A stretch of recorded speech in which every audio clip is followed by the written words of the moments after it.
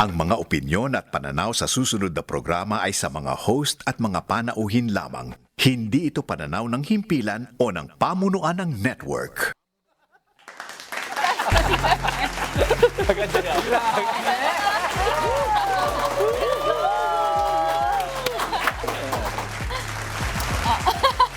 Happy Sunday at Happy Mother's Day po sa inyong lahat. Magandang hapon mula sa Team Pinas. Welcome uli sa programa kung saan bawal ang balat sibuyas sa pagtatalakay at paghimay sa mga isyu sa bansa. Ako po si Cleve Arguelles. Happy Mother's Day daw sa lahat. Lahat ba, nanay? Talaga niloko mo ko eh. Sa mga nanay lang. Salamat Lahat naman ng nanay! Salamat sa muling pagtutok sa isa't kalahating oras na vibe check at pagdi-deep dive sa mga kontrobersyang usap-usapan ngayon sa bawat sulok ng bansa. Ako po si Atty. Dino De Leon. Yes, sa temang lahat may nanay, hindi lahat ng nanay nanganganak, di ba? So, happy Mother's Day sa iba't ibang klase ng mothers all over the Philippines. At kaya ngayon, paikutin na ang ruleta at inyong transistor radio dahil mapakikinggan nyo kami sa DZMM Radio Patrol sa Estranta at FMR Regional Stations. Ako po si Ina Gacan.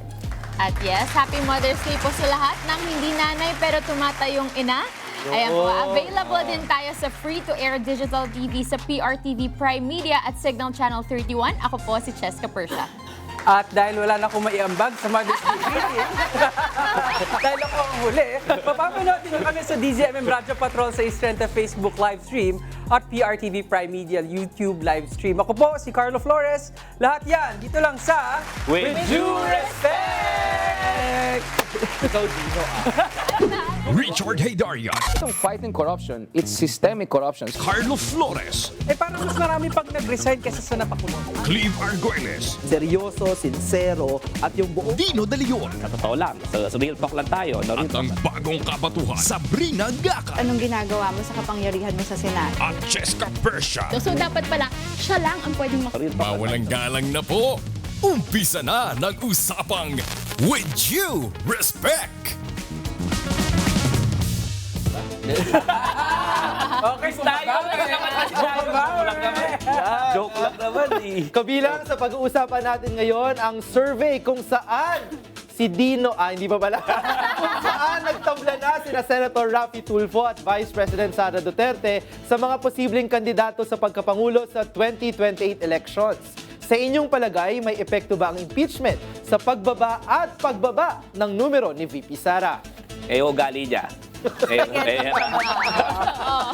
Tatalakayin din natin ang pagkakaaresto sa social media personality na si Franco Mabanta dahil sa sinasabing pangingikil kay dating House Speaker Martin Romualdez.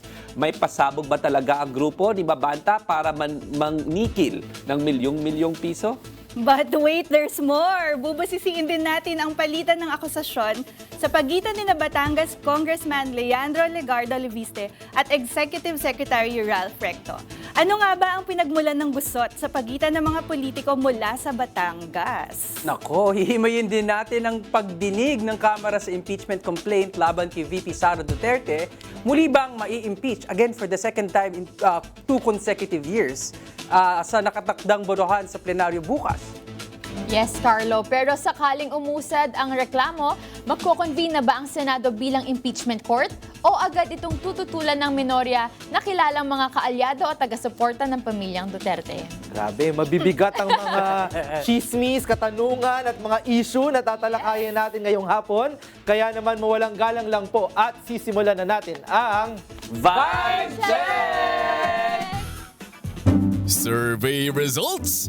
Pulso ng bayan. Simplihan natin sa Vibe Check.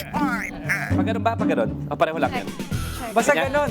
Ay, Ganyan ba yung Check. check? ito ang vibe check. Ganito Depende po ang sa vibe check. orientation. pagka ganito iba. Iba yan ng pag... Yan. Pero pwede. Pwede. Simulan natin ang talakayan sa survey kung saan nagtabla na nga sino Vice President Sara Duterte at Senator Raffy Tulfo sa mga kandidato sa pagkapangulo sa 2028 elections. Sa survey ng Pulse Asia noong Marso, 46% ng respondents ang pabor na iboto bilang Pangulo, parehas sina Tulfo at VP Sara. Yes, ayan na nga ang latest survey. Kaya Cleve, dinomina ni Tulfo ang Luzon sa nakakakuha ng 72% pero hawak ni VP Sara ang Visayas, lalo na ang kanilang baluarte sa Mindanao kung saan nakakuha siya ng 90%. Nagtabla naman ang dalawa sa Metro Manila na parehong nakakuha ng 42%. Lumitaw din sa survey, Cheska, na lumapit na rin ang numero ni dating VP at Naga City Mayor Leni Robredo kay VP Sara. Nakakuha si Robredo ng 43% at ilang puntos na lang ang diferensya sa 51% ng Vice Presidente. Tama ka, Carlo. At tulad ni Tulfo, dinomina rin ni Robredo ang Metro Manila at Luzon, pero hawak pa rin ni VP Sara ang Visayas at Mindanao. Kaya nga naniniwala ang ilang eksperto na makakakuha ng malaking suporta ang posibleng tambalan ni na Robredo at Tulfo. Pero nanindigan na si Tulfo na hindi siya tatakbo sa mas mataas na posisyon sa 2028 at muli na lang siyang tatakbo bilang senador. Nauna na rin sinabi ni Robredo na hindi siya tatakbo sa national position sa 2028. Kaya naman, kung kayo ang tatanungin, magbabago pa ba ang isip ni Robredo at Tulfo? Lalo't lumalapit na sila sa numero ni Inday Sara Lustay. Ang tanong. Inday Lustay at Inday Lakbay. Then, ang ambag ko muna sa balat, sabi ni VP Leni, tatakbo daw siya sa Talaga? July. Sa July. Sa Angat Buhay Run. Ano nga yan, July? Ano nga yung Angat Wala, Buhay hindi Run? ko alam kung anong petsa pa, pero yun sabi niya, and I quote, doon daw siya tatakbo. Abangan natin ang Angat Buhay Run, July. Tatakbo. July Raw. 19 Si daw. VP Lenny, July 19 sa Angat Buhay Run. So, sabayan natin ang pagtakbo ni VP Leni. Ay, talaga. Sasabayan ko talaga si VP Lenny tumakbo. Okay. Tatakbo ka din? Run, Oo. Lenny, run. Sa Angat Buhay Run. Tatakbo ka rin. Sa Angat Buhay Run. Galing bumawi ni Clive, ah. Pero ito, balik natin dun sa... Yes. Dun sa survey. Galing Ito, ka. Galing ka sa akin, mga Klima. Akala May ko tatlong, tapos na. may tatlong individual na naging paksa ng survey. Oo. VP Sara, Okay. Senator Raffy at si Mayor Lenny. Yes. Isa sa tatlo lang ang nagdeklara na magpipresidente siya.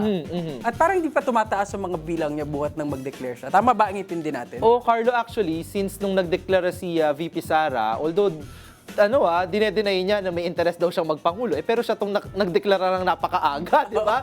Yan, isa sa mga pinakamaagang deklarations para sa isang potential na presidential run.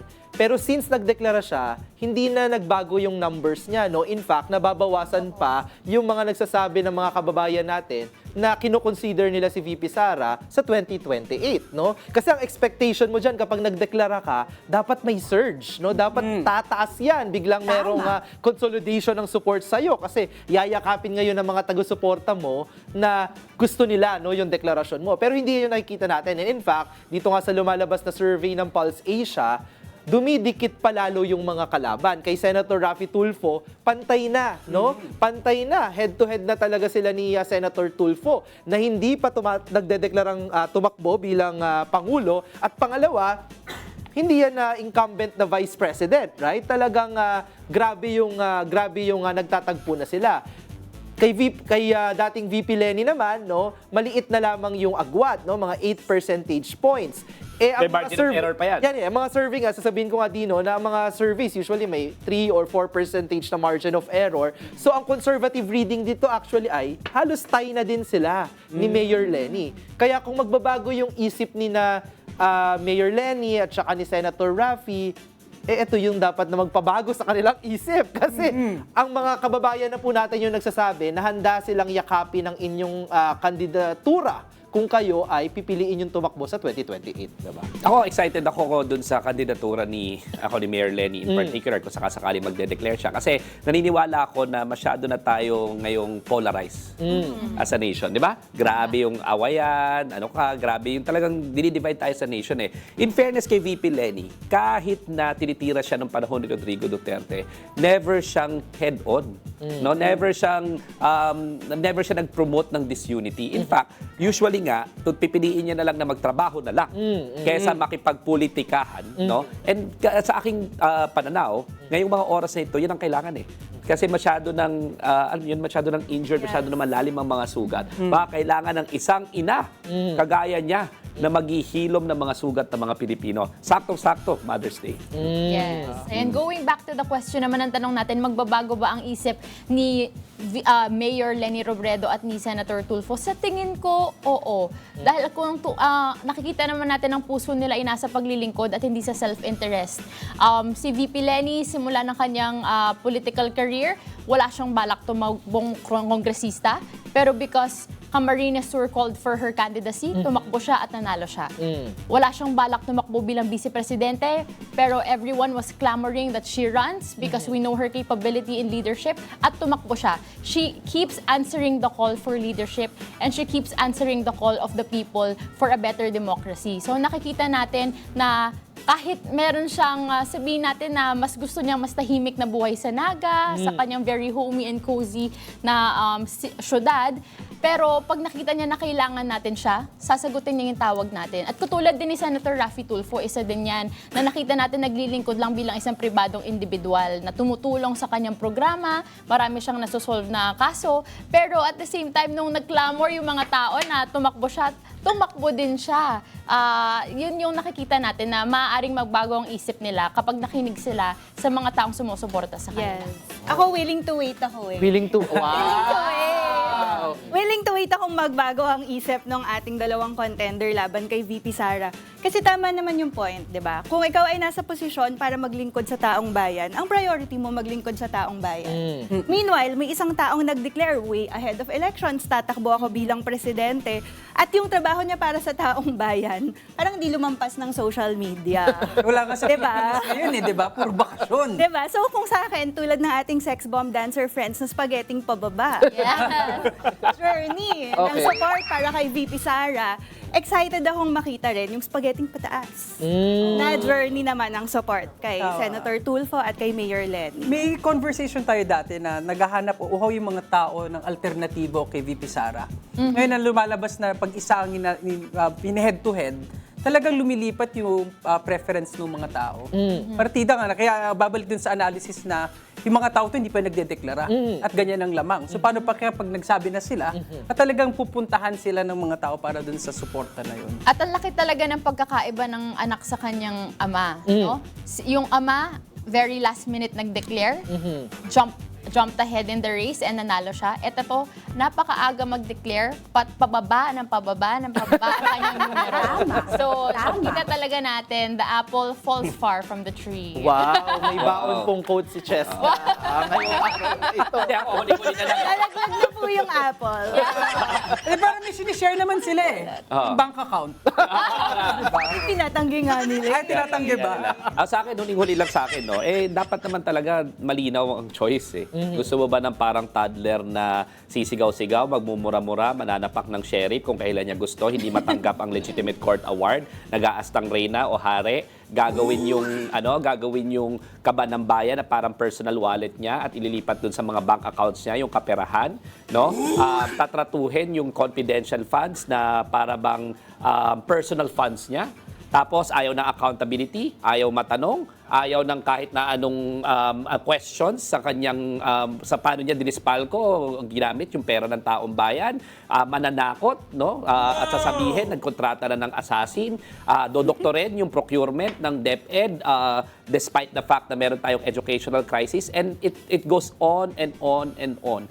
Actually, medyo sabi ninyo malayo sa ama, pero hindi nagkakalayo yung pagiging toddler, yung pagiging spoiled brat, pagiging bastos at walang modo ni Sara Duterte dun sa ama. Actually, ang gusto ko hang mangyari, dahil sinabi naman ni Las Cañas na pinagpatuloy niya malawakang patayan sa Davao, the apple will not fall far from the tree. Dapat samahan na nung apple yung tree dun sa dahil. No? Sana makulong sa lalong madaling panahon kasi matagal nang winalanghiya ni Sara Duterte at ng Davao Mafia at ng mga Duterte ang sambayan ng Pilipino. So the alternative is clear for me. In fact, itong si Sara Duterte, dapat malayong-malayo na yan sa public office dahil ang gusto niya lang magdadadabog, masunod, at magnakaw.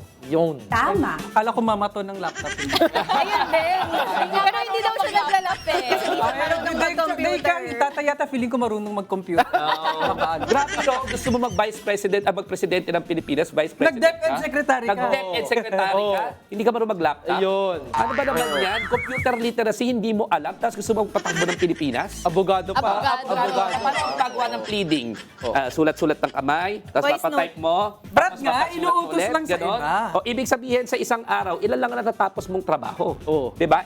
Ang presidente ng Pilipinas, kailangan mag-use ng technology para maraming trabaho ang matatapos. Hindi mo pala kaya eh. Laptop lang hindi mo pa kayang matutunan eh. Huwag ka nang magpresidente. Ang kapal ng mukha mo. Diba? Diretsahan tayo dito eh, di ba? Pati kay Atty. Pino de Leon eh.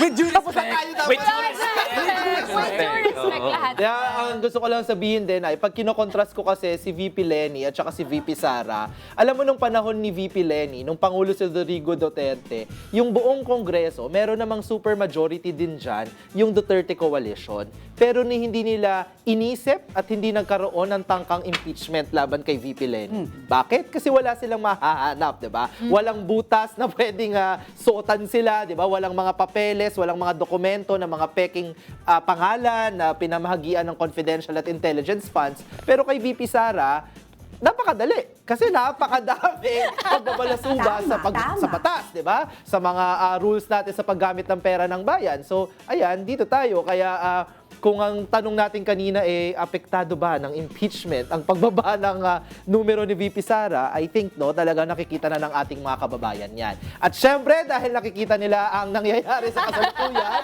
samahan niyo naman po kami dito para meron pa kaming mga kadaldalan. Maaari kayong makisali sa aming huntahan. Mag-comment lang sa post sa Facebook page ng DZMM Radyo Patrol sa Istrenta at syempre babasahin namin ang inyong mga opinyon at komento sa segment na Take It or Give It. Sa ating pagbabalik, pag-usapan natin ang pag-aresto sa social media personality na si Franco Babanta dahil sa pangingikil. Dito lang yan sa With Due Respect! Okay, Eto, Alex. Ano na? Yan na. Walang galang. Yung writer natin,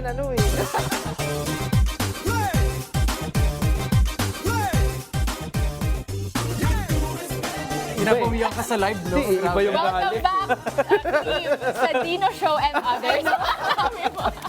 Nakatutok pa rin po kayo sa With Due Respect kasama ang Team Pinas. Now, let's take a deep dive sa pagkaka-aresto sa social media personality na si Franco Mabanta.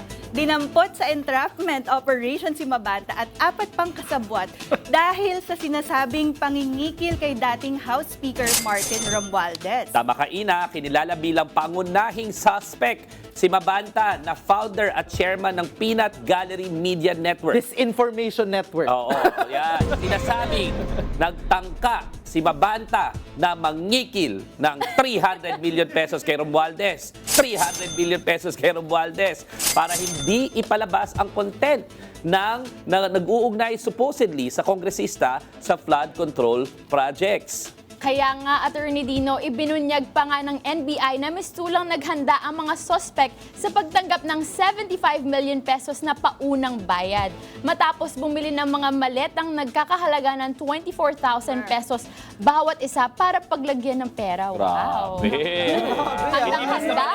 Ang ganda ng mga Mahalin. Ang ganda ng mga maletang yan, Ebidensya pa ba yan? Baka pwede naman nila ipa-auction. Tataya ako dyan kahit 4,000 pesos na maleta. All time sa akin.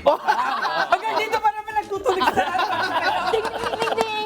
Pero alam nyo ba, umalma ang disinformation network na PGMN at sinabing set up ang pag-aresto kay Mabanta para hindi maipalabas ang sinasabing video ni Romualdez. Naninindigan naman si NBI Director Melvin Matipag na patunay ang mga video, nakita ko yun, at ebidensya na lihitimo ang operasyon. Napansin nyo, parang hindi na ginagamit ng mga trolls yung male-maleta. Parang, ewan ko, buhat nung naaresto, wala na nagko-comment ng maleta eh. Medyo tumahimik din Oo, wala na nagsasabing nakatanggap to ng maleta kasi alam natin kung sino tumatanggap. Idiniit din ng kampo ni Romualdez na krimen ang pangingikil o extortion at hindi trabaho ng mamamahayag ang ginagawa nila Mabanta. Sa ngayon, nakalaya na si Mabanta matapos makapagpiyansa. Sa inyong palagay, may basehan ba ang reklamo at totoo bang may video ang grupo ni Mabanta na hindi pa rin lumalabas? Oo nga. Lahat ng yan, tatalakayin natin dito sa Deep Dive! Peanut Ready ka na ba? Deep Dive! Deep Dive! Ito na nga ang binabanatan ni Prof. Richard Hilaria. Nasa labas Richard, nasaan ka ba? Ha? Gusto na namin eh. Oo, may vindication, ano?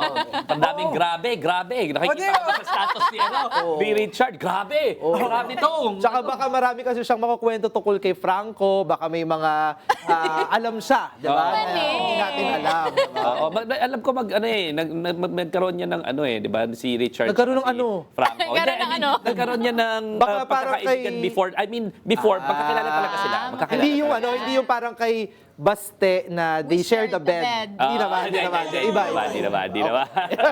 Bago pa maging the buzz. Palabas natin ito. Gusto ko lang itanong, unang issue, di ba? Peke naman daw yung mga yung mark money. Sabi nila hindi illegal ang aresto dahil peke ang mark money. Di anong extortion ang naganap? Oo nga. Nakakatuwa talaga ito mga DDS, no? Kasi hindi nila dinedeny na may extortion. Ang sabi lang, peke ang pera. Hindi totoo yung binigay. Una, sa batas, yung merong original na pere, totoong pere, yung 75,000 pesos. Ang tawag po dyan, mark money, yan lang po yung minarkahan. So, hindi kailangan na yung buong 75 million ay totoong pera. Ang elemento po is nangikil ka ng krimen. So, kailangan ba yung pera, lahat na yun, buong yun ibibigay? Ibig sabihin, kung 74,999,000 lang yun, hindi na krimen? Diba? Hindi, kasi may totoong pera. At yun yung minarkahan, mark money. Ang ibig sabihin ng mark money, minarkahan niya ng NBI before, no? Sa testimonya nila, may nagmarka niyan at yun yung iniabot sa kanila. So, ibig sabihin, the transaction has been consummated, no? Magiging relevant lang na dapat yung buong amount kung elemento yung amount doon sa kaso. Katulad ng isang kaso kung nahawakan, di ba? Ang sabi is masyado rin mataas yung presyo nung gamot na binibenta contrary to regulations at the time of a crisis, di ba? Kung overpricing yan, kailangan pakita mo na tinanggap niya yung bayad na overprice. So, pero dito, in this particular instance, hindi elemento ng krimen, ng extortion kung magkano. Kahit yan 10,000, 50,000, 100,000, basta nangingikil ka ng pera in an illegal way at nananakot ka na may gagawin ka kung hindi ka bibigyan ng pera, extortion yon. Whether there was a video or not is of no moment. The fact of the matter is, kung may video, dapat nilabas na nila, pero kung may video man o wala, kung yon ay ginagamit mo para manakot at mangikil, extortion yon. So, criminal act yun. Tsaka wag nating papayagan, ito lang mga kaibigan. Yes. Huwag tayong papayag na gawin itong issue ng freedom of the media.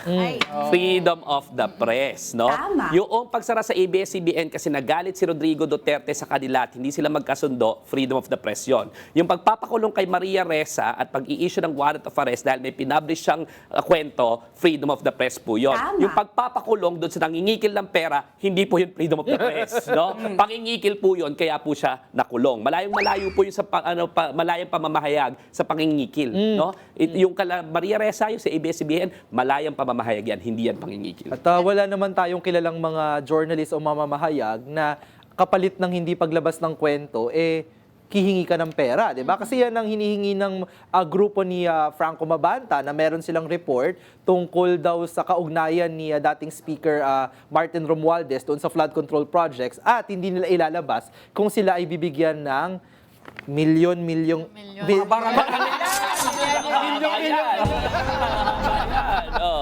Pero ang malinaw sa akin, Bumili na ng maleta ready tumanggap. Ang malinaw sa akin, na kapag may expose kang ganyan, ang hihingin mo, hindi pera. Yung panig nung inong ako sa Correct. Yun ang mamamahayag. Yun ang mamamahayag. Pero ang naisip ko din dito, di ba bumili sila ng 24 na maleta, no? 24 na maleta. Parang, so ibig sabihin, medyo alam na nila kung magkano yung, kung ilang maleta yung kakailanganin para sa 75 million pesos. Parang hindi unang beses na ginagawa. Di ba?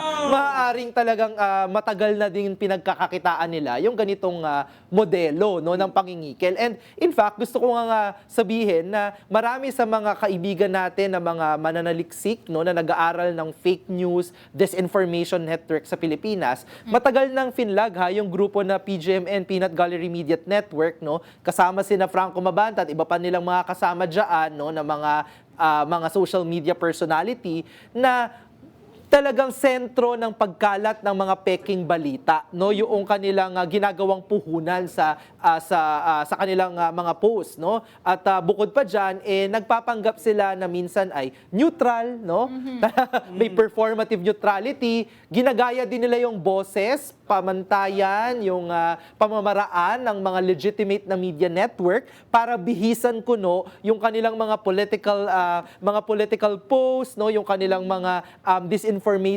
disinformative post, no, para bihisan iyon na ito ay galing sa isang legitimate media organization. So talagang bahagi sila doon sa napakalaking problema ng ating kinakaharap ng ating mga kababayan na nilalason din, no, yung information system natin. So good on the NBI na finally din nabitag at nadampot nila si Mabanta at naisawalat, no, yung ganitong klaseng modelo ng PGMA. Yung entrapment, legal yan, Gusto ko lang sabihin.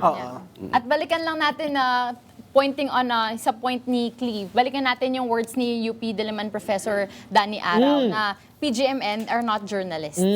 Makikita nga natin dyan. And yun nga, gusto ko iklaro nga sa mga nagde-defend dun sa ginawa ng kanilang social media network na yung instigation daw ang ginawa, set up daw yun, hindi daw yun entrapment. So going back to Attorney Dino, legal ang entrapment. Yung instigation, hindi naman instigation yung ginawa sa kanila. Baka pwede natin bigyan ng very quick na pagkakaiba yun dahil nga yun ang pinagtatanggol nila. Yung entrapment, nagdesisyon na nagawa ng krimen. Yung tao. Yes. Yung instigation, hindi pa nagdedesisyon ng krimen, pinapainan mo para magdesisyon na gumawa ng krimen. Ito, nanghingi na ng pera eh. And Diba? nag-coordinate na nga sila kung saan i-drop off, Namili na nga ng maleta eh.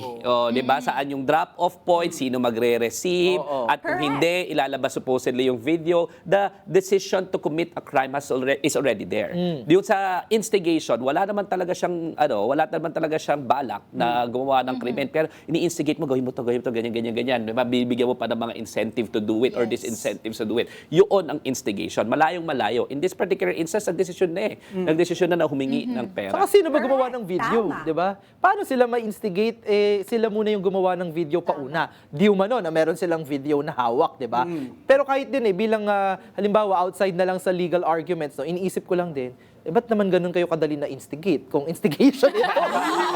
Bakit naman ang bilis nila napakalalim ng kanilang journalistic standards, diba? Kaya kapag sinasabi nila na usapin ito ng paglabag sa karapatan sa pamamahayag, ay grabing pambabastos sa mga mamamahayag. Alam niyo po yung mga gumagawa ng investigation, yung mga investigative journalists kaugnay ng mga flood control projects, napakaliit na mga budget niyan kung meron, ha?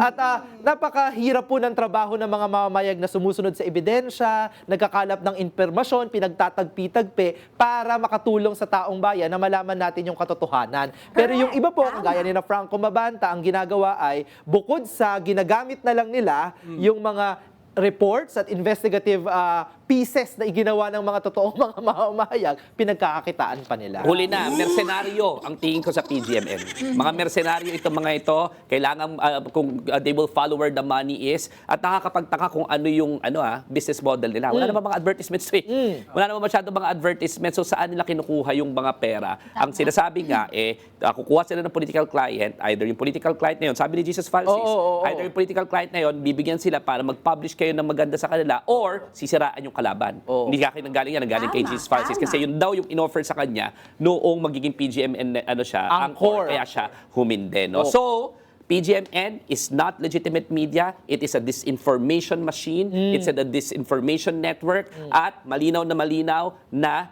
at least based on the evidence na nakita natin, nangikil. So tatlo na ang inaabangan natin dito sa With Due Respect. Una yung waiver ni Inday Sara. Pangalawa kung lalabas si Senator Bato. At pangatlo, baka kailan ba talaga na ipapublish yan kung meron ba talaga sila? Akala ko Nasa na ba ang video na yan? Ilabas na yan. Akala ko nagpapaimbita tayo maging anchor na PGMN. Pero sa ating pagbabalik, alamin natin kung sino ang lucky winner ng ating mahiwagang ruleta. At bakit siya o sila ang usap-usapan sa mga kwentuhan. Dito lang yan sa With Due Respect! Ruleta.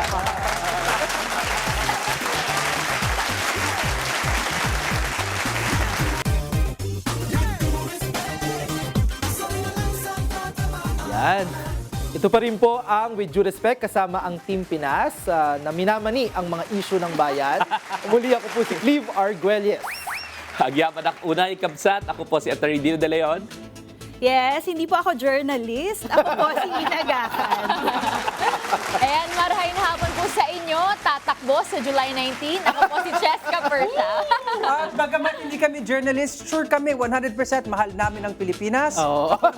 Si Carlo Flores. Excited na rin ba kayong malaman kung sino ang iikutan ng ating ruleta? Tulad ng datin and I give up. Magbigay na lang tayo ng comments kahit hindi quick sa sino mang matatapatan ng mahiwagang ruleta. Sa mga nanonood, nakikinig, pwede rin kayong makijoin. Share your thoughts sa live stream sa ating DZMM Radyo Patrol sa East Trenta Facebook page. Ito ang Magic Ruleta! Ito na. It's time! Maikutin ang Magic Ruleta! O, wag na natin patagalin pa! Go Ruleta! Ruleta! Parang hindi ko mahaba ang segment natin today. Ano ba yan?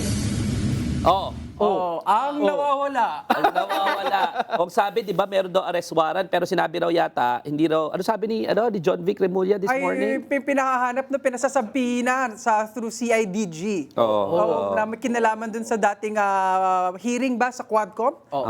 Nung 19th Congress. Magtataka ka rin no, na biglang kumalat na naman itong arrest warrant nitong si Bato de la Rosa. Pero narinig na natin dati na meron naman talaga siyang arrest warrant. Alam naman natin na siya nagpatupad nung malawakang patayan sa ilalim ni Rodrigo Duterte. He is the chief implementer.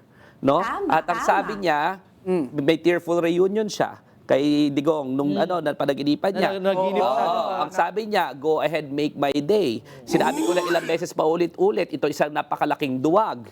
Ang sinabi niya dati, flight is an indication of guilt. Yun naman ang ginagawa niya. Ako, kutob ko lang. Tanong niyo kung ano.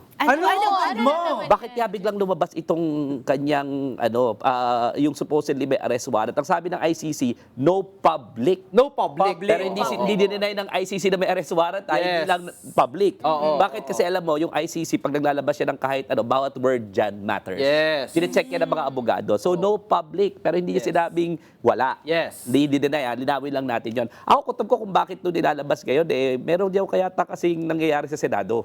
Anong nangyayari sa Senado? Yung change in leadership daw, na parang kinukudeta daw itong si Tito Soto in relation to the impeachment. Ayaw talaga nito mga kampon ng mga demonyo na magkaroon ng accountability, kaya pinipigilan na naman na mag-convene yung Senate as an impeachment trial. So ngayon, dahil daw may mga tumawid narinig nyo ba yun? Balita ko. May mga tumatawid daw may mga sinusubukan daw tumawid Kaya nga masama talaga pag magkakapatid Buy one, take one No? Yung dalawang magkapatid daw, Ayun. lumipat na. Ilan na ba magkapatid dyan? 4?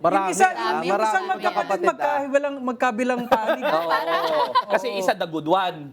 May isa pa, isa na sa majority, isa na sa minority. Diba? Yung isa the good one, yung isa the bad one. Tama ba? Sabi ni Marcoleta. Sabi nga. Diba? So yan daw yung rason kung bakit biglang lumulutang na naman talaga ito. So ang tanong ko, kayo, tanong? Bato de la Rosa, boboto ka ba doon sa bagong majority? Magpapakita ka pa o duwag ka dahil ayaw mong maaresto ka?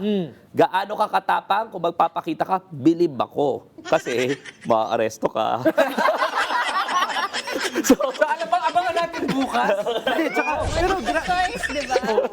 Pero grabe din si Senator Bato kasi nga kung lumalabas yung balita ng arrest warrant niya ulit, which I think nandyan na yan kasi hindi naman siguro magtatago-tago ito at hindi na magpapakita si Senator Bato kung walang arrest warrant. Kasi matagal na siyang di nagpapakita, di nagtatrabaho, di nag-attend ng sesyon, walang interview sa Pero media. kumukubra ng sahod. Pero syempre, sumasahod-sahod yan. At balak pang magbakasyon ng pamilya niyan sa Baguio. Pero, di ba, parang grabe naman din kung lalabas lang siya sa panahon dahil susuporta siya sa kudeta sa loob ng Senado. Di ba? Yung makikita mo din yung priorities, di ba? Sa dami ng kinakaharap ng bayan natin, di ba? Sa dami ng mga batas na dinidinig dyan sa Senado, lalabas lang siya sa panahon susuporta siya sa isang pagpapalit ng liderato sa Senado. Talagang yung priority ay pamumulitika. Di ba? Bato-bato sa langit, no? Bato-bato sa lupa. Tatamaan ka talaga dito kahit anong sabihin mo Kahit anong gawin mo, akala mo matatakbaho mo forever yung dami ng mga pinagpapapatay ninyo ng panahon ni Rodrigo Duterte. Hindi mo ito matatakasan. Sa lalong madaling panahon, mauhuli ka, may mangyayari sa'yo kasi hahabulin ka ng hustisya hanggang kamatayan mo. Tandaan mo yan, ha? Tandaan mo yan, Bato de la Rosa. Pagbabayaran mo yung pag-i-implement mo ng gera sa droga, ang mga pinagpapatay nyo, napakarami mga inosente, pero pinabayaan nyo naman yung malalaki talagang Drug lord. drug lords. No, wala ka naman Tumatanggap pa nahuli. ng di ba? Tumatanggap ng mga donasyon, di ba? Mula sa mga drug lords, no? Kahit galing sa Davao City, di ba? Yan din yung legacy ng Duterte administration na nakinabang ng sobra si Senator Oh, Bato. so bago uli, magpapakita hindi. Hindi. Hindi Hindi pa yan. rin. Not worth it. Gusto mo sabihin, oo, Oo magpapakita nga, para magpapakita madakip para na. lang maiba. Para lang maiba. Oo. Magpapakita dito talaga makikita na may nag-uudyok sa kanya na kailangan mong bumoto para sa kanya. Oo, pero hindi magpapakita. Tingin ko, hindi magpapakita. Alam mo kung bakit? Bakit? Duwag eh. Oo nga eh. Tingin ko din eh. Di ba? O ito mga nasa susunod na ruleta natin, duwag kaya? Okay. Ay! Oo. Sa ICC, sa The Hague, Nicholas si Nicholas Kaufman. Kaufman. Oo. May isa na palang panawagan mula kay Prof. Lim. Na 2 weeks yun ang Hindi, gusto ko lang pinapanawagan sabihin, na. Dino De Galing mo, Leon, ano, natalo galing mo ka. talaga. Okay, ikaw kasi, ang kausap mo dito sa With Due Respect, si VP Sara. Oh. Ayan. Pinagpapapirma mo ng Forecast. Waiver. Waiver. Nakuha mo ba? Hindi galing. Pero, Galing mo talaga. Nagulat niya ako eh. Ako, ang sabi ko, dyan sa Duterte Camp sa Hague, palitan na nila si Kaufman. Pinalitan ba? Papalitan na. Eh, paano ba naman 4-0? Oh, di ba? 4-0. Talo sa jurisdiction, talo sa confirmation of charges hearing, talo doon sa interim release, Yes. talo na naman doon sa pagpapa-inhibit doon sa mga judges. Pero hindi raw yun yung rason. Ano ang rason? ano daw? daw? Ano rason? Ano ang May rason? nagsabi daw. may bu- Oo. Natakot daw na batuhin ng laptop. Kaya daw nag-resign. Oo. Ay, ang balita ko, isang malaking influensya daw sa pagpapalit kay Kaufman, bukod sa natalo, Oo. ay yung anak. Oo. Sinong anak? Sino anak? Anak. Ano daw, sinabi naman mismo ni Kaufman na ang pumili daw ng panibagong abogado ni dating Pangulong Rodrigo Duterte ay si Hanelet at saka si Kitty Duterte. So, paano na si Inday na naglalakbay-lakbay? Hindi naman pala kasali sa nakakapili Kaya ng nga, abogado, oo di nga. ba? Hindi, pero kasi I think, pag tatanungin mo na lang din, bakit bukod sa ang pangit naman ng track record talaga ni Kaufman na wala siyang naipanalo, although mahirap talaga ipanalo, kasi yung mismong dinedepensahan mo, 6 na taon po yung nagsabi na siya ang pasimuno, siya ang may pakana, siya ang responsable sa lahat ng patayan dito sa ating bansa. At siya naman talaga. At siya naman talaga, mahirap talaga yan depensahan, no? Pero I think, ang worry lang din syempre ng mga biktima, victim survivors ng war on drugs na nandyan sa Hague at nagkakaso kay dating Pangulong Duterte, baka delaying tactics din ito, Ayun. no? Sa kampo ng sa panig ng mga Duterte kasi maaring ma-delay yung status sa confirmation hearing, no, na dapat ngayong buwan yan na magagawa, mga huling linggo ng buwan na ito, na baka mamaya ma-delay dahil sa pagbabago ng abogado. So baka delaying tactics. Sana hindi naman, no, kasi matagal nang naghahanap ng hustisya yung mga minasaker nila at yung mga surviving families noon. Sa mga bago pong abogado ni Rodrigo Duterte, mag-ingat na lang po kayo sa flying laptop. Teka, baka may isang ICC accredited na abogado, baka sana bigyan na siya ng chance. Nawawala din yan. Nawawala din. Nawawala din yan. Nawawala din.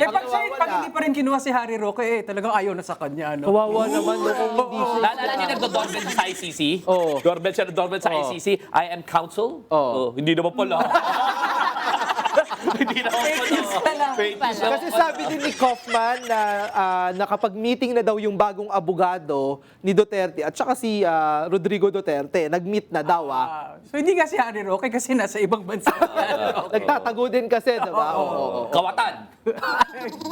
Pero minsan akong request. If, buhat ngayon, ikaw na mag-request kay magpakita si Senator Bato. Pumirma si Inday Sara. Baka ikaw yung may success. Sige na, sige Hindi kasi, na. hindi tsaka pag inisip mo kasi si Kaufman, ang nangyari talaga dito, bakit siya hindi naging effective na counsel or abogado ni President Duterte? Nagpaka-DDS din kasi talaga siya. Tatay di gumawa rin tama. Diba? Hindi, imbis na gamitin niya yung batas, no? Yung procedures dyan sa International Criminal Court, sumali din kasi siya doon sa ginagawa ng mga Alam mo kung bakit? Duterte dito na peking balita ang pinapalabas, nananakot. Di ba? Nananakot sila palagi, intimidasyon, no? Ayun, hindi gumana. Alam mo kung bakit? Dito raw, tandaan mo itong si Kaufman, choice ni Inday Sara. Yes. Tignan mo ngayon, iba na yung namili. Bakit? Kasi ang sinabi, no, yung mga namili, ang nagde-decide niyan si Inday Sara, hindi naman talaga gustong makawala si Rodrigo okay. Ang gusto is ma-politicize yung issue para tumaas yung kanyang ratings. Kaya yung retoriko yung retoriko, 'di ba, nung abogado niya is it's as if this is all politicized, kidnapped and all, pero hindi legal, parang optics lahat. Kung yan naman pala ang game plan ni Inday Sara, di hindi din gumana. Hindi naman tumaas ang ratings niya. Spaghetting pababa pa nga, di ba? Talaga palang walang panalo itong si Kaufman. Pero baka hindi naman natin ito makikita sa impeachment trial ni VP Sara. Di naman to magiging abogado. Pwede ba siya mag-practice sa Pilipinas? So, meron palang common theme kay Inday Sara. Parang wala talagang unity sa kalat ng kanyang sinasalihan. Walang unity, nasira, nabuwag. Pati sa kanilang pamilya, may paksyon pa pala sa pamimili ng kanilang mga abogado. Grabe. Wala Wala akong segue, Goroleta na tayo. Marami na tayong pag-uusapan, guys. Bye, Kaufman. Last na siguro yun. Oy, tinan mo, buti na lang next tayo. Si Congresswoman Laila De Lima at Senador Robin Padilla. Ano sabi na naman kasi nitong Ano si bang Senador? bago dyan? Hindi, Sabi ako, niya, ang ano ko lang, ba't ba andito pa sa Pilipinas yan? Di na alis na daw? hatid na natin. Ang Sabi sabi- niya, the role daw of the minority is to oppose. Ayun. Whatever, sa lahat daw ng bagay. Sa lahat ng no? bagay. Hindi yata marunong talaga ito maging senador. Di ba? Ang sabi nga, di ba, parang sinusundan niya raw siguro yung script na ibibigay sa kanya, ganun na lamang. No? Hindi naman to action star. Ang alam yata nito, movie script. Pati yata yung Senado ginagawang movie. No? Hindi role ng opposition, ng minorya, na i-oppose lahat. Pag nakakabuti yan sa bayan, dapat suportahan mo yan, no? There's a big difference between being a minority and being a obstructionist. Oo. Yun nga yung sabi ni Laila De Lima. Hindi ka na minorya niyan, obstructionist ka nan. Kung puro ka na lang hindi, puro ka na lang ayaw, puro ka na lang balakid, no? Kasama na rin diyan ang impeachment, no? Pero malay mo, bukas majority na sila. Ganun. So, hindi na siya mag-oppose. Hindi na siya mag-oppose. Pero dapat tandaan nila na nanumpa sila bilang mga senador ng Republika ng Pilipinas, hindi ng pamilya Duterte at ng ibang bansa. Oo, hindi, tsaka alam mo, ako, partial naman ako dun sa idea na kapag ikaw ay nasa opposition or nasa minority, i-roll nyo naman, di ba, bilang loyal opposition, di ba? Bahagi nyo talaga sa ating demokrasya na dapat ay silipin nyo yung ginagawa ng mayorya. Pero hindi dapat labag sa konstitusyon. Dahil lang sinasabi ni Senator Robin Padilla ay pipigilan daw nila yung pag-convene ng Senate bilang isang impeachment court na labag sa saligang batas. Dahil malinaw naman sa saligang batas natin, kapag ka may enough ng boto mula sa House na in-impeach si VP Sara Duterte, 1/3 ng mga House members, 1/3 lang yan, dapat forthwith. Dapat agad-agad mag-proceed yung Senado bilang isang impeachment court at magsagawa ng isang paglilitis. Doon sa loob ng trial na yan, maaari lang gawin yung pagiging minority, maaari lang i-perform yung role nila bilang minority. Magbasa naman po kayo ng saligang batas, Senator Robin Padilla. Ang tagal nyo na dyan, di ba? At chine-chair nyo pa ata yung Committee on Amendments. Constitutional amendments. Baka i-amendment. Sinichair mo yung amendments hindi yung amendahan mo sa utak mo. Diba? Akala mo may bago na saligang batas base sa utak mo. Diba? Ito ang mahirap kapag yung krisis sa edukasyon umaabot sa Senado at sa isang senador. No? Oo nga. Ang hirap pagkakulang sa talino. No? Kulang sa talino yung isang senador na akala nagde-lecture pa ng parliamentary procedure, part na ng parliamentary procedure na maging obstructionist. Saan mo nabasa yun? Senador Robin Padilla, saan mo nabasa na obstructionism is your job as a senator? Parang wala naman yata. No? Kailan kulang eh. Baka Kulang naman sa sobrang aral. dami ng mga pelikulang pinagbidahan ni Robin Padilla, baka sa utak niya ibang pelikula na naman ito. Iba na naman. Kaya Yun ibang nga. script na naman ang naiisip niya. Kaya, ewan ko, kaya kagulo na no? So, tingnan natin kung lalabas sa mga dadating na araw, paninindigan niya pagiging obstructionist. Ay, Mrs. Ako ka ba? sasabihin ko lang, yes, thank you. Hindi, gusto ko lang i-recognize na, sige, first termer.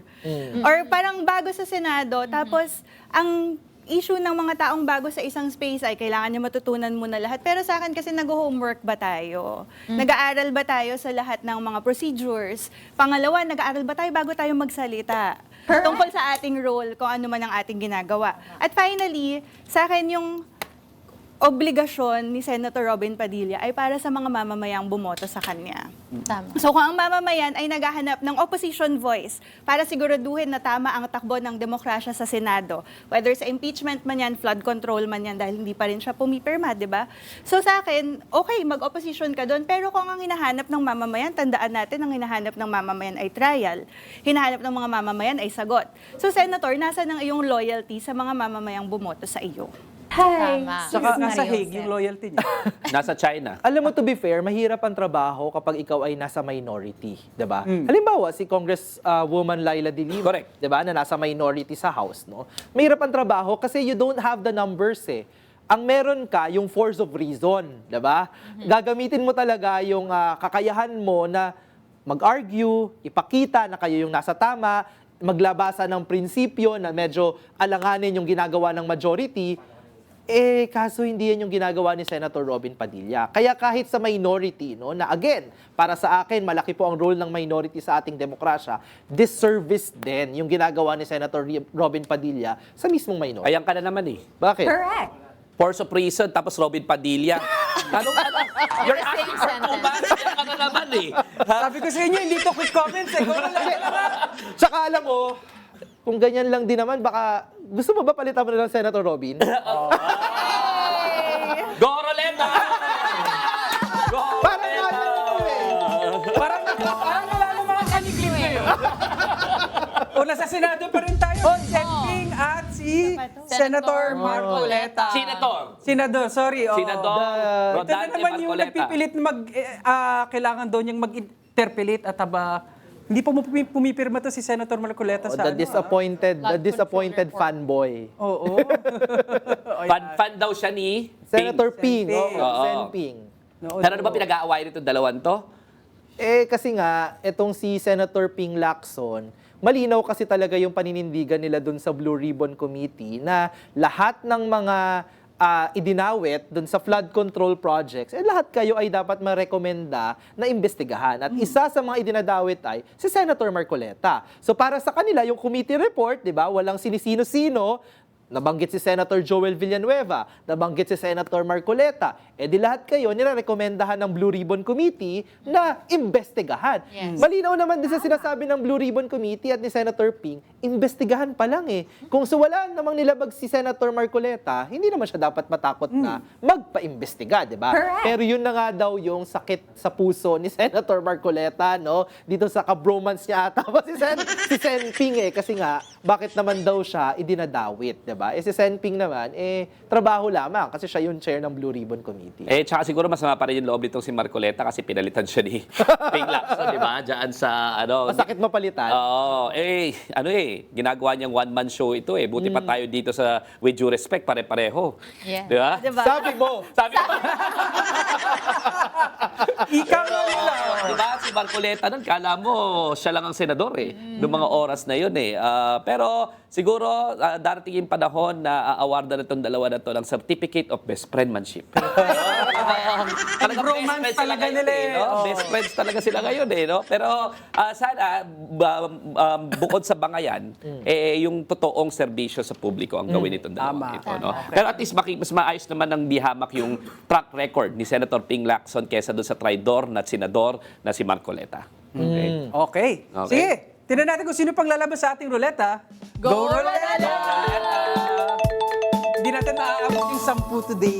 oy, Ay. dami Marami naman to. Sen Kiko Pangilinan, Sen Rafi Tulfo, Sen Erwin Tulfo, Sen Risa Ontiveros, SP for how long? Tito Sen at si Senator Bam. Sila pong pito ang tinatawag na Majority. the new Hindi pa sure. Oo, no, pero ang sure ako, Bukas? sure ako sila ang pumirma sa draft Blue Ribbon Committee report.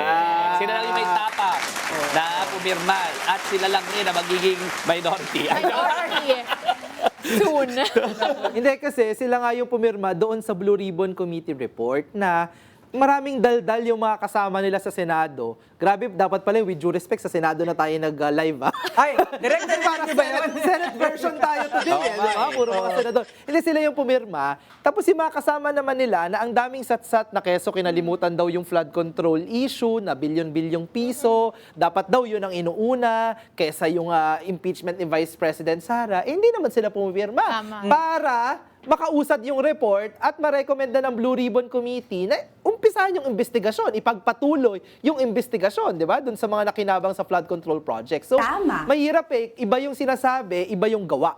Di ba? Tama. Naninaw kasi sila Bam, sila Kiko, si Rarisa, wala talagang pakinabang sa flood control. Kaya pumirma, yung bagong mga Tulfo, bago lang rin, di ba? Si Tito Sen, tsaka si Senping, Kakabalik malinis lang. ang konsensya eh. Oh, tsaka kakabalik lang nila sa sa Senado. So talagang kaya pumirma. Eh yung mga dating mga nadadawit, di ba? Sabi ko nga, sabi nyo nga, nung sinusuportahan si Rodrigo Duterte, kung wala naman kayong tinatago, wala dapat kayong ikatakot. Pero ayaw maging present, ayaw magpipirma. So, ako sana lang itong pitong ito. Sana po, maging majority pa rin po kayo bukas. Sayang, no? Kung andyan ka, walo sana kayo, no? Nakapira. Hindi natin alam. Hindi natin alam. Go, Roulette! Yun lang pala magpapatahin yung isang attorney. Inumpisaan niya kasi ako eh. Inumpisaan niya ako kanina eh. Oh, Speaker Boji D at Majority Floor Leader Oy. Sandro Marcos. May enough na boto na kaya sa impeachment? Mukha, sabi nila. Oo eh. Ibalik natin sa Ang house. sabi ang Ibalik sa rinig ko house. House naman. ang rinig ko 200, mga halos doble ng kailangan boto. Oo. So kung 108 yan, Oo. di ba? O halos 106. daw halos doble. So halos 2/3 kung sa House nga lang sana na parang mas reasonable talaga yung House ngayon no? Parang the bigger House nga ang tawag nila The bigger chamber. The bigger chamber kumpara dito sa Senado. Yung Senado biglang naging playground kasi ng mga payaso eh. No? Pipito lang yata yung reasonable diyan eh, no? Sana naman yung majority panghawakan yung institusyon ng Senado ng maayos, no? Pero yun nga, dito sa House of Representatives, around 215 daw bukas magiging boto. Very good. Excited tayo. Carlo, bakit nga sila sa In a ruleta? different line. Kasi hindi lang naman puro contrary sa pananaw ng mga detractors ng impeachment. Hindi lang puro impeachment ang allegedly Inasikaso. ginagawa ng House of Representatives. Meron ang pinupush itong si Speaker Boji D at Majority Leader Sandro Marcos na Kalinga Act. Kalinga Bill, sorry. Ano ba yung Kalinga Bill na yan? Ito'y nakatali dun sa yung oil price crisis natin. Okay. Diba? Maraming mga sektor ng ating lipunan pero syempre nagdudusa dahil sa taas ng produkto, presyo ng produktong petrolyo. Kabilang na dito ang mga MSMEs. So sa lahat ng response ng pamahalaan ngayon, isa pinakamalinaw na nagbabalangkas na bigyan natin ng suporta in the form of tax relief, mga support particular sa mga MSMEs. Kasi sinusuporta natin ngayon yung pag-aayuda, no, binibigay na relief ng pamahalaan, kagaya na dyan yung sa mga drivers o sa iba-ibang mga sektor at yung pagbibigay ng murang mga produkto, no. So pero parang nagugulang pa rin yung sa usapin ng mga MSMEs na 90% ng ating ekonomiya ay nakabatay sa ganyan na mga taas na ng presyo ng mga pagkain ngayon. Wala pa tayong nakitang subsidy o ayuda sa mga MSMEs na nagsastruggle din. So kaya medyo interesting itong batas na to na sana magkaroon nga ng isang ang gusto ko palang idagdag, itong batas na ito, itong panukalang batas na ito ay parang gumagawa na ng chain reaction na automatic. Na hindi pa, kapag kami tumaas ang presyo ng produktong petrolyo, May trigger agad. may trigger na agad. Hindi yung pag-uusapan paanong gagawin natin. Alam mo, napakaganda at napakahusay na panukala. Kasi nga naman, yung mga maliliit na negosyante natin, yung una talagang tinatamaan kapag may mga krisis sa presyo ng langis, no, yung pagtaas ng presyo ng mga bilihin, no. Kasi hindi naman malalalim yung mga bulsa ng mga maliliit nating negosyante, di ba? Yung ating mga binibilan po sa pang-araw-araw na nandyan sa palengke, nandyan sa ating mga pamayanan, no, yan din, na kailangan talaga may suporta ng pamahalaan. Kung 90% ng ekonomiya natin, nakaasa tayo sa mga maliliit na negosyante, dapat lang na makakuha sila ng subsidiya mula sa ating pamahalaan. At ito actually, Carlo, yung sinasabi nilang example ng anticipatory action, no? Kasi ngayon, maganda na may parang umaabante yung pag-intindi natin na yung kadalasan kasi pag may crisis, ang ginagawa natin ay may crisis, after nun, may relief, di ba? May rebuilding effort, no? Anticipatory siya kasi gumagawa ka na ng mechanism na automatic release, no? tumaas ang presyo ng langis, batay sa ating mga standards, pwede nang ilabas yung subsidiya. Para hindi na sa panahon pa ng after ng crisis, siya ka palang makakatanggap ng tulong sa una, no? So maganda at mahusay na panukala. Good luck kay Speaker Boji D tsaka kay Majority Floor Leader. Pero may chismis ako. Ano? Ano ba? Eh, nakita mo may dinner sila. Oo Ay, nga. Nag-reunion daw yung mga members ng 16th Oo, Congress. nakita ko ka-dinner ni VP Lenny si Speaker Boji. Oo nga. Ano kayang napag-usapan dyan? Ay, ang ganda. Kasama sa Angat Buhay Ran. Kasama po tayo lahat sa Angat Buhay Ran. Pero, Ito na muna, kahit na marami pa tayong gusto pag-usapan, pero very good tayo ngayon. Yes, overtime. Time out muna dahil sa aming pagbabalik. Samahan niyo po kami sa meriendahang puno ng Bangayan. Dito lang yan sa... with due respect! Senate Kanina pa edition. Kanina pa tayo spaghetti ng spaghetti. Kanina spaghetti.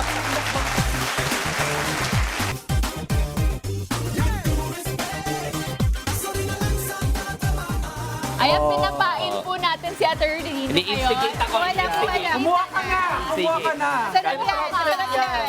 Entrapment o instigation? Entrapment kasi bago pa yan dumating dyan, gusto mo nang Naisip mo na. Naisip mo na. Na-decide ko na gumawa ng krimen. Hindi naman krimen na kumain ng... Kuya. Ng Lomi, Batangas. Lobi Batangas. Oh, bakit nga ba? Ano ba na to? Hindi, may intro muna tayo.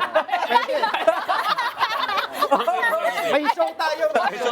Guys, live tayo, live. May line. Welcome pa rin po sa With Due Respect kasama ang Team Pinas.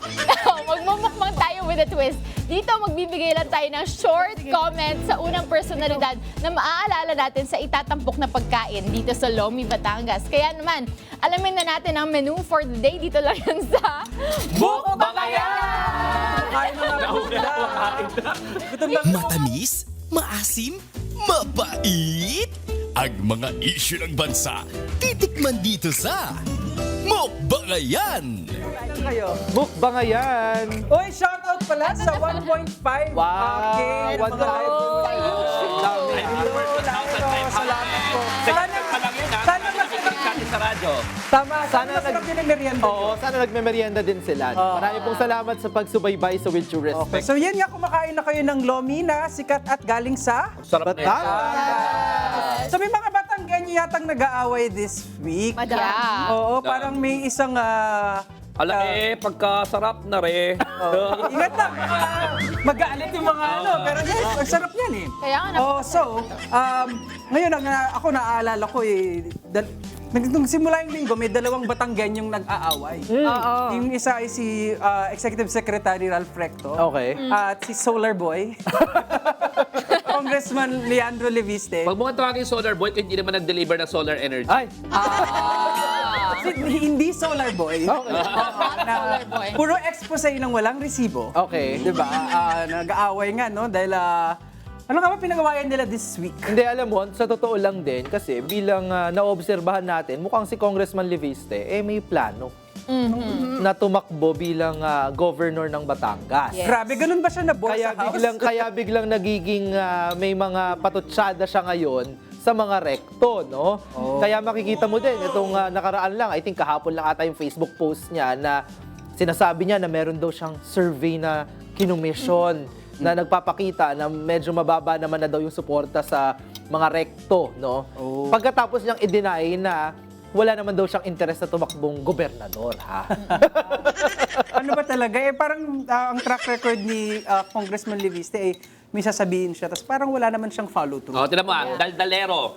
Tong si Daldalerong si Leandro Leviste, ang hilig kasi na mag-expose at magsasabi pero wala naman pala talagang Wala basis. naman. Unahin natin, sabi niya may Cabral file siya. Hindi naman nilaban yung Cabral file. Sabi niya ilalabas niya sa in due course pagdating ng panahon at hindi pa raw tamang panahon kung sino mga nakalagay doon. Hindi naman niya nilabas. Puro papabida, pagdadaldal, Papreskon pa. papapreskon, chismoso, wala namang nilalabas na listahan. Sabi niya yung threat raw sa kanya, marami daw nananakot sa kanya, tinatakot daw siya. 'Di ba? Nanganganib daw ang kanyang buhay, halos may pag-iyak-iyak pa. Hindi naman pinangalanan kung sino. Hindi naman naglabas ng ebidensya. Sabi niya, ngayon, meron siyang vote buying and kickback allegations, lahat daw sa House. Naglalagay. Nagalit tuloy-tuloy si mamayang Liberal Party Representative Laila de Lima. kasama ako sa nangampanya dyan, ha? Hoy, hindi kami naglalagay. At Abonado pa nga kayo. Abonado pa nga kami, no? Nangampanya kami ng tama, disente, at nakakuha kami ng napakaraming boto dahil tama kami mangampanya. Tama. No? So wag ka nag-aaligasyon dyan. Kung may aligasyon ka, may prueba ka talaga, kasuhan mo itong mga taong to, hindi yung daldal ka na naman ng daldal. Ginawa mo na rin yan doon sa USEC dati ng DPWH. Sinabi mo, involved. Yung pala, nagkamali ka. Tama. No? So ano ba Tama. klaseng daldalero, puro allegations ang tawag sa'yo, ha? Grandstanding. Ano ba tawag doon? Napaka-grabing grandstanding, pero wala namang substance. At ginagawa mo ba yung trabaho mo? Sila Laila de Lima, 130 plus bills and resolutions filed. No? Yung mga kasama mong newbie dyan, ha? Neophyte dyan sa House of Representatives, kahit sila Chel Joke na may 100, ikaw 17. Bills Marami and pa yata resolutions siyang filed. sinaping kesa na-file na bill, no? Oo, mas marami ka pa sinaping, no? Tapos nakita yung video mo, namimigay ka ng 500 pesos sa kapila yung mga tao. Ano yun? Dinidinay mo ba yan o totoo yun? Doon sasabihin mo, pera mo? Wait, Sorry, nag-burp Parang ako. lalo ka na, sarap. Parang Kaya sinasabi nun, sana all may 6 billion para i-donate sa foundation niya. Hindi, tsaka pera mo, tandaan mo ha, nakuha mo yung yaman mo nung binenta mo yung stake mo doon sa kumpanya na hindi naman nag-deliver ng mga electricity. At ang daming-daming Tama. mong mga 100 plus agreements, tapos yung concession na kinuha mo, na sinira mo ang energy mix. Kaya nga, pag mahal ang kuryente ngayon, ang daming mga investigasyon ngayon, ba't ang taas ng kuryente, isipin nyo po ang isang Leandro Lebiste na sinira ang energy mix, nangako na magde-deliver ng kuryente, kaya kulang ang supply, mataas ang mga input cost, kasi supposedly, dapat yan, renewable na, hindi ganun kataas ang input cost. Kaso hindi mo dineliver eh. So, huwag mo sabihin pera mo yan, no? Ang actually, rent-seeking ang tawag dyan, no? Na mga negosyante na nakinabang sa gobyerno pero hindi naman nag-deliver ng goods and services. So, duda ako doon sa claim mo na Tama. pera mo yan, no? Dahil nagkuha mo yung pera na yan sa isang bagay na sa aking palagay, ang laki ng atraso mo sa sambayan ng Pilipinas. Welcome back po sa vlog ni Atty. Dino De Leon. Hindi po to bite-size batas. Ano kaya, Kain ako ulit ano kaya opinion namin dito? Ang gusto ko lang sabihin, no, si Congressman Leviste, lagi lang natin tatandaan kapag ka nagtuturo ka, mas marami talagang mga daliri, no, ang nakaturo pabalik sa'yo. I think case to ng grabing projection Una, yung sinasabi niya sa House na lahat naman daw ay nagbibili ng boto at maraming nag-commit ng vote buying. Pero ang lumalabas na mga videos ng pamimigay ng pera, siya. Napakaraming mga videos, no? Tapos sinasabi niya na napaka-corrupt ng mga nasa pamahalaan. Ano nga sabi ni Executive Secretary Ralph Recto? Siya ang lumapit para manuhol ng milyong-milyong piso para paatrasin yung kalaban niya. Tama. Wala naman palang Tama. respeto ito sa mga kadistrito niya. Ayaw bigyan ng totoong choices, no? Yung mga kadistrito niya, kung sinong gusto nilang ihalal na congressman, di ba? Siya ang lumapit sa mga rekto para suhulan din na hindi na daw tumakbo si Governor Vilma, no? Mula sa pagiging gobernador ng Batangas. At anong sabi din ni ES Recto? Na kaya gustong maggobernador at may interes sa Batangas si Congressman Leviste ay maaaring may kinalaman sa kanyang negosyo. Kamkamin ang mga lupa na inoffer niya din sa mga rekto at hindi, sabi ni ES Recto, hindi niya tinanggap, no? Hindi niya daw kaya sa konsensya niya na ipamigay ang mga lupa na yan para kay Leviste at makamkam nila para sa kanyang mga negosyo. Kaya ngayon, nabubuo yung picture kasi dati parang bata, bago sa Kongreso, medyo nalinlang ata tayo, no? Pero dahil pala nakinabang ng malaki doon sa mga solar contracts, 24 billion pesos if I'm not mistaken, wala pa ding nadi-deliver until now, baon sa utang yung kumpanya din, no? Ito pala, no? Kaya pala kung kumampi sa dating administrasyong Duterte, dahil doon din nakinabang, no? Yun na, malinaw na, no? Kasi nga linaw na ng lomi. Ang masarap na Madaming pinita sahog, ito, ang no? daming sahog. Yan. Ang dami. Pero pinapagalitan na kami. Pero Ina, go ahead. Hindi, wait lang. Hindi kasi isipin, babalikan ko lang yung point din ni Cleve na nung tumatakbo si Leandro, parang ang isip ng taong bayan, ay may bagong mukha. Kahit, alam mo yon, kabisado na natin yung pangalan.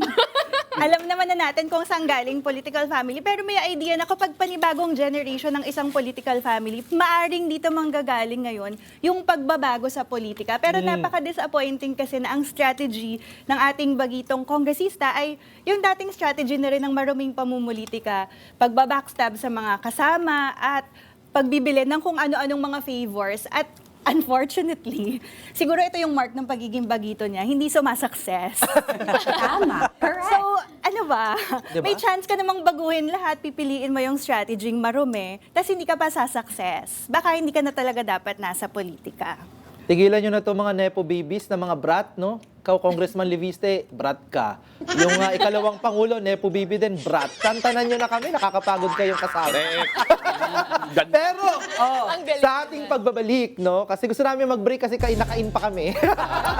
Pag-usapan naman natin ang botohan ng Kamara sa impeachment complaint laban kay Brat in Chief, Vice President Sara Duterte. Dito lang yan sa With due respect!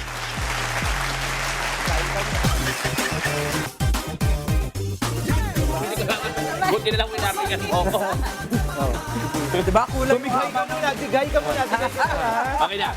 Welcome back to With Due Respect kasama ang Team Pinas dito sa segment na BS Politics, also known as Bawal Ha, Bawal ang Balat Sibuyas. Pag-usapan natin ang impeachment complaint laban kay Vice President Sara Duterte. Nakatakdang pagbotohan ang reklamo sa plenaryo ng Kamara bukas. Sinasabing posibleng umabot ng 215 na kongresista ang susuporta sa impeachment complaint.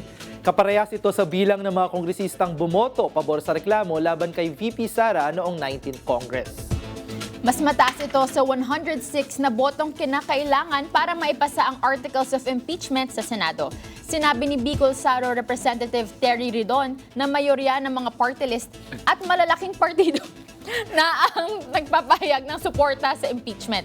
Kaya posibleng umabot ng 200 ang bumoto. Nabigyan na nga ang mga kongresista ng kopya ng committee report at resolusyong nagtatakda sa Articles of Impeachment kung saan kabilang ang sinasabi pa ba, ang maanomalyang paggasta sa confidential funds at banta sa buhay ni Pangulong Marcos. Nauna nang sinabi ni Senate President Tito Soto na magsasagawa ang Senado ng pre-trial kung sakaling umusad sa Senado ang impeachment complaint. Pero aminado si Senator Panfilo Lacson na nananatili ang posibilidad na hindi mag-convene ang Senado bilang impeachment court. Grabe to. Dahil sa pagtutol na ang ilang senador. Sa inyong palagay, tuluyan na bang mai-impeach for the second time si VP Sara? Sasagutin natin yan dito lang sa Balat Sibuyas! Bawal pala isang senador. Bawal ang pikon! Huwag kang BS! Balat Sibuyas! Oh, nakadigay ka na ba? Katigay na ako. So ngayon, alam natin, kanina napag-usapan natin around 215 votes, no? Yeah. Sana magdilang ang health tayo lahat sa mga prediction na yan. Dahil tama naman na ma-impeach ulit si Sara Duterte, given na nakita natin yung mga bagong ebidensya. Oh, may shoutout muna tayo. Shoutout tayo, 1,400, 1,500 Sa YouTube. viewers sa YouTube. No? Okay, salamat. Maraming salamat. No? So, nakita natin, may mga bagong ebidensya. Sabi rin ng mga party leaders, titinan nila yung ebidensya at malinaw yung ebidensya na nakita natin ngayon. Ano ngayon yung mga scenarios? Ano mga nakikita nating mga senaryo? No, pag-usapan nga natin yan. Bukas, 215, hindi 215. Ako tingin ko naman 215. Agree siguro tayo lahat yan. Pag-agree tayo na lulusot. Nalulusot. Yung bilang ang pinag-uusapan. Ako lang, may nilabas ako na bilang.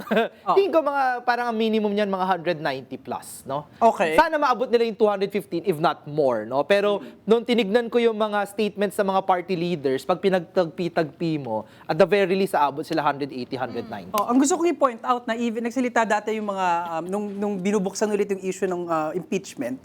I think si DS Puno ang nagsabi na yung NUP ay medyo cold na sa impeachment. Dahil allegedly walang nakikitang bagong ebidensya.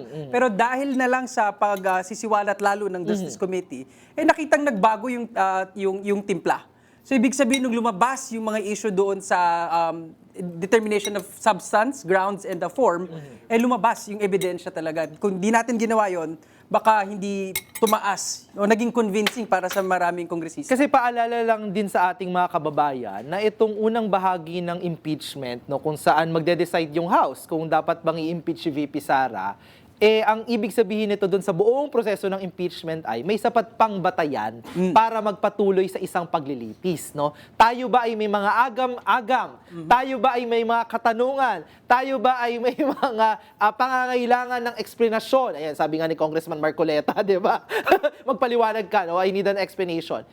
Sa lumalabas sa ebidensya, kagaya nga ng sinabi ni Carlo, yung ating mga kongresista nung nauna naman itong second impeachment, may pagdadalawang isip na. Pero malinaw sa mga ebidensya, yung mga bilyon piso Kulang. sa bangko. Kulang. No? Tigilan mo ko, Dino De Leon. Yung mga milyon naman na confidential at intelligence funds, no, na meron na ding report mula sa Commission on Audit.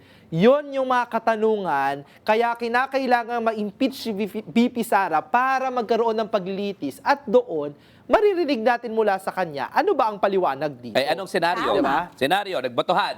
Pasado. Pasado. Ang question, aakit ba?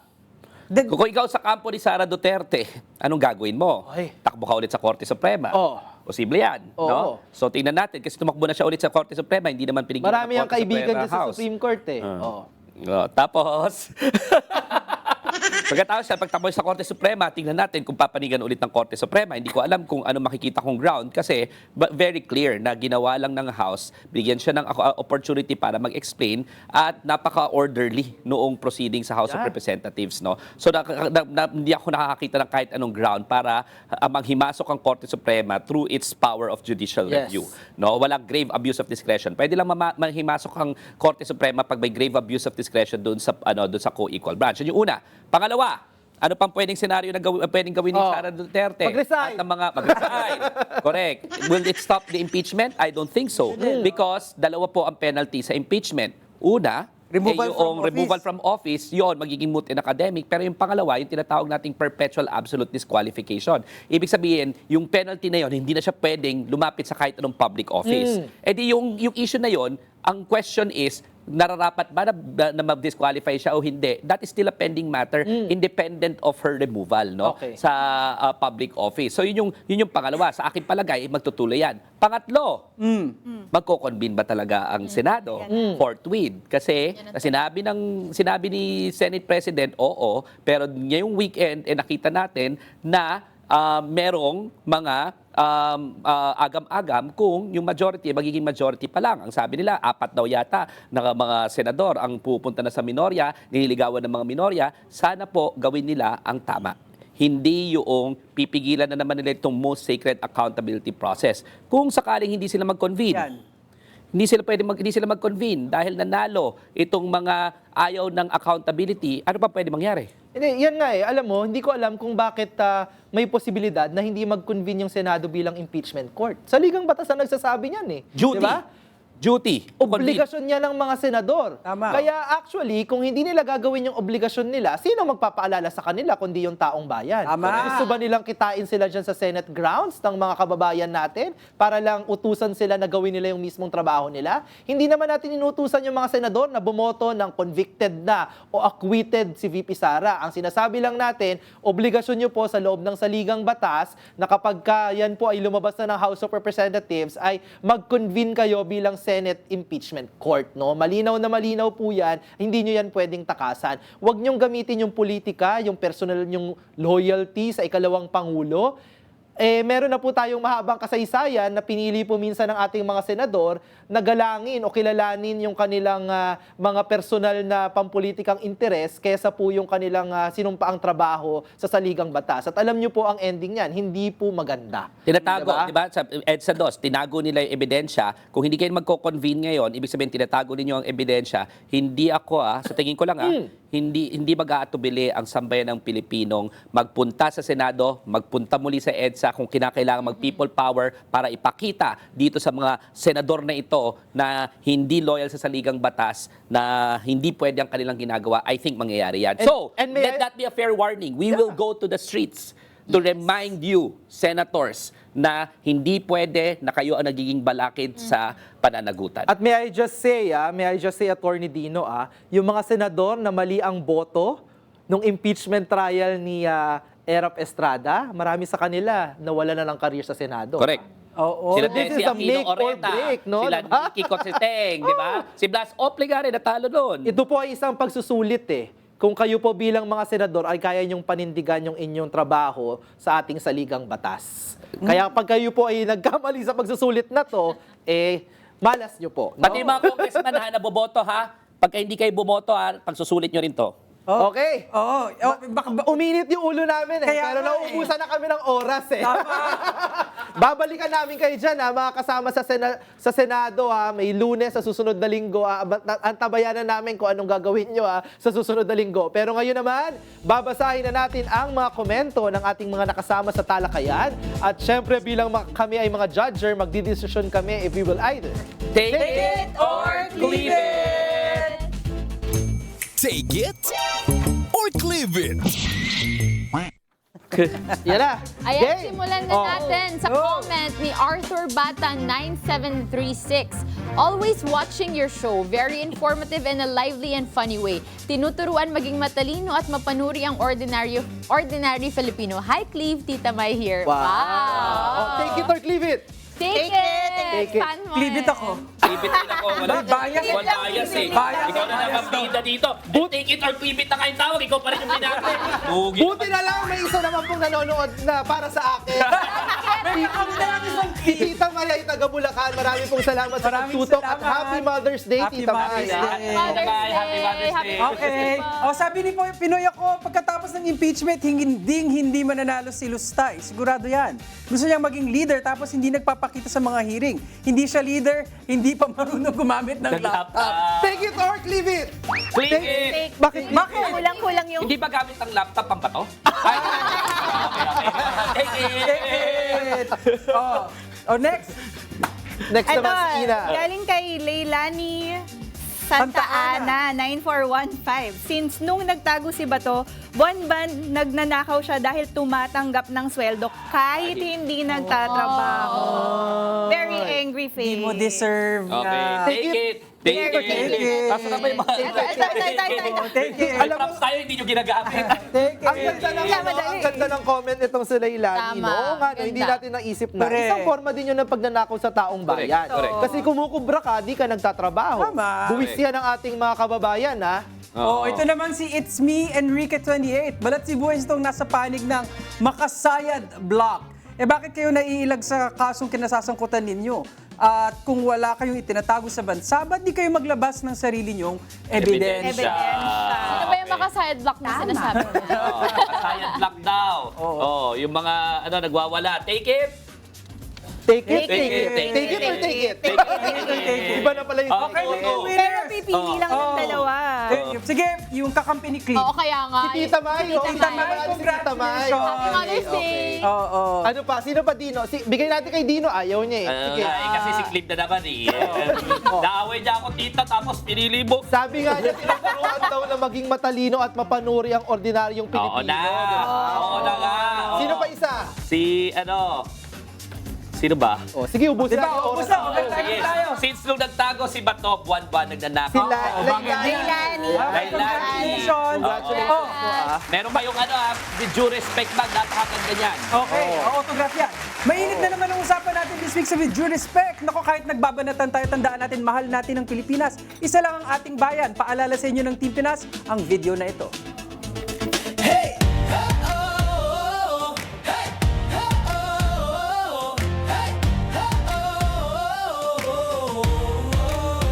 Bawat hakbang sa lupa ng bayan, pusong nag-aalab, handang lumaban sa kalsada ng pangarap. Tayo'y sabay, hawak kamay, Team Pinas ang taglay.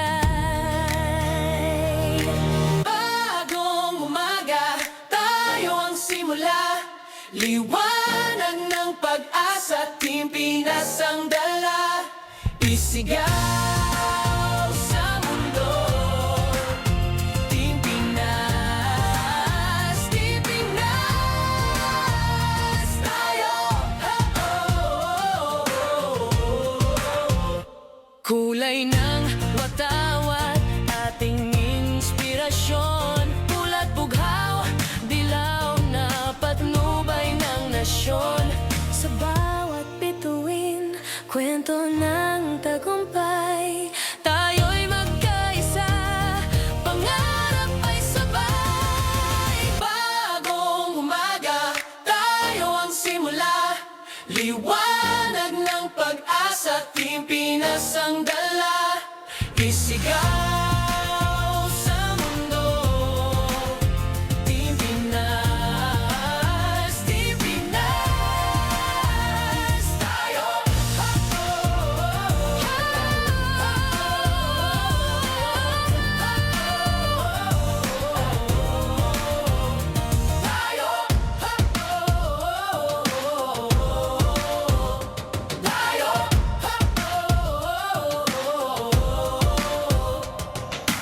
bagong umaga, tayo ang simula. Liwanag ng pag-asa, Team Pinas ang dala. Isigaw sa mundo, Team Pinas, Team Pinas. Tayo, Team Pinas. lahat. At dyan naman po nagtatapos ang isa't kalahating oras ng Bardagulan at malamang talakayan natin sa iba't ibang issue sa Pilipinas. Sorry, kailangan ko sabihin happy birthday to my mom, Yes. Atty. Norma Saka kay Quinto de Leon. JP. Saka Sa happy Dipolog. birthday kay JP sa Dipolog, no? Ang unang presidente ng Alpha Phi Omega. Binabati ko rin yung kapatiran ng Alpha Phi Omega. Muli, maraming salamat po sa lahat ng naki-vibe check at naki-deep dive ngayong hapon. Nabitin ba kayo sa kwentuhan? Kasi kami, oo, pero kailangan na mag-let go. Huwag po kayong mag-alala dahil makakasama niyo po uli kami sa susunod na linggo. Ayan na nga ang ating nasasagasaan na show. Sunod niyo po makapakinggan sa DZMM Radyo Patrol sa 630, FMR Radio Station, PRTV ang programang Connect Ka Dyan kasama sina Franco Reyes at Doc Luisa Mabalos po. Ayan, tama. Happy Mother's Day syempre sa aking mom, kay Leslie Arguelles at sa lahat po ng mga ina sa ating bansa. Tandaan, wala pong personalan, dito lang yan sa With due respect!